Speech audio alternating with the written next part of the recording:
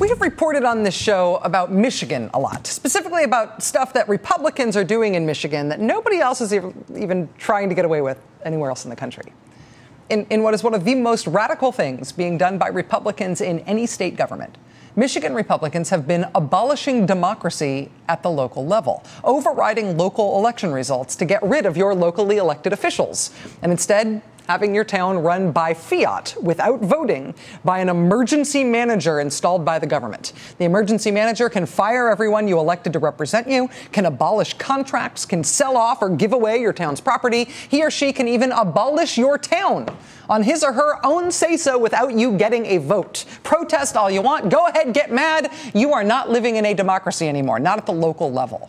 There used to be kind of a normal emergency manager law in Michigan, but Michigan Republicans under Governor Rick Snyder fed it steroids and turned it into something that no Republicans anywhere else in the country have even tried to get away with. The premise of the emergency manager law is that democracy is part of the problem.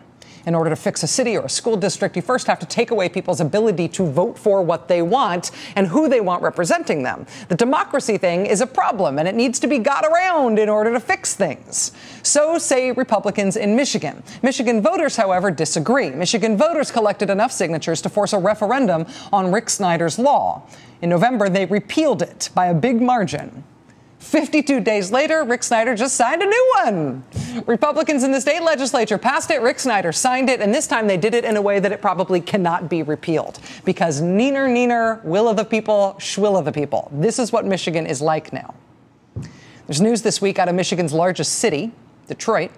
A special review team from the governor, Rick Snyder, his administration reported this week that they considered Detroit to be in an emergency state. And thanks to that emergency manager law that Rick Snyder signed after the people repealed the old one, this emergency declaration means the governor gets to decide now whether or not to overrule local democracy in Detroit. He gets to decide whether he'll install somebody to run the city without all that interference from that pesky voting stuff.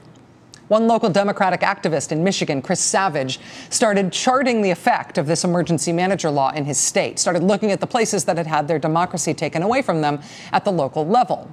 Chris Savage started charting the effect at his website at Eclectablog, where he noticed that if you consider the African-American population of Michigan and you consider the racial makeup of the towns where Michigan state government has decided to take away local democracy, all of these towns, the relatively small ones like Benton Harbor on Lake Michigan or Allen Park or Ecorse downriver from Detroit.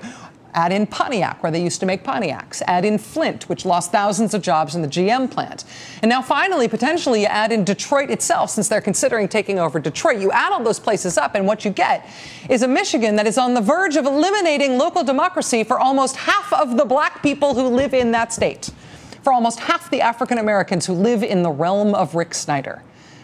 Quoting Chris Savage, if Detroit gets an emergency manager, 49% of the African Americans in Michigan will live in cities where their elected officials have been replaced by a single state-appointed ruler.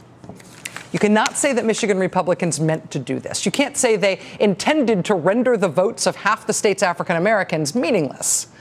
But with this decision pending in Detroit, that is what they are now on the road to doing. People ask me why I am obsessed with Michigan Republicans. This is why I am obsessed with Michigan Republicans.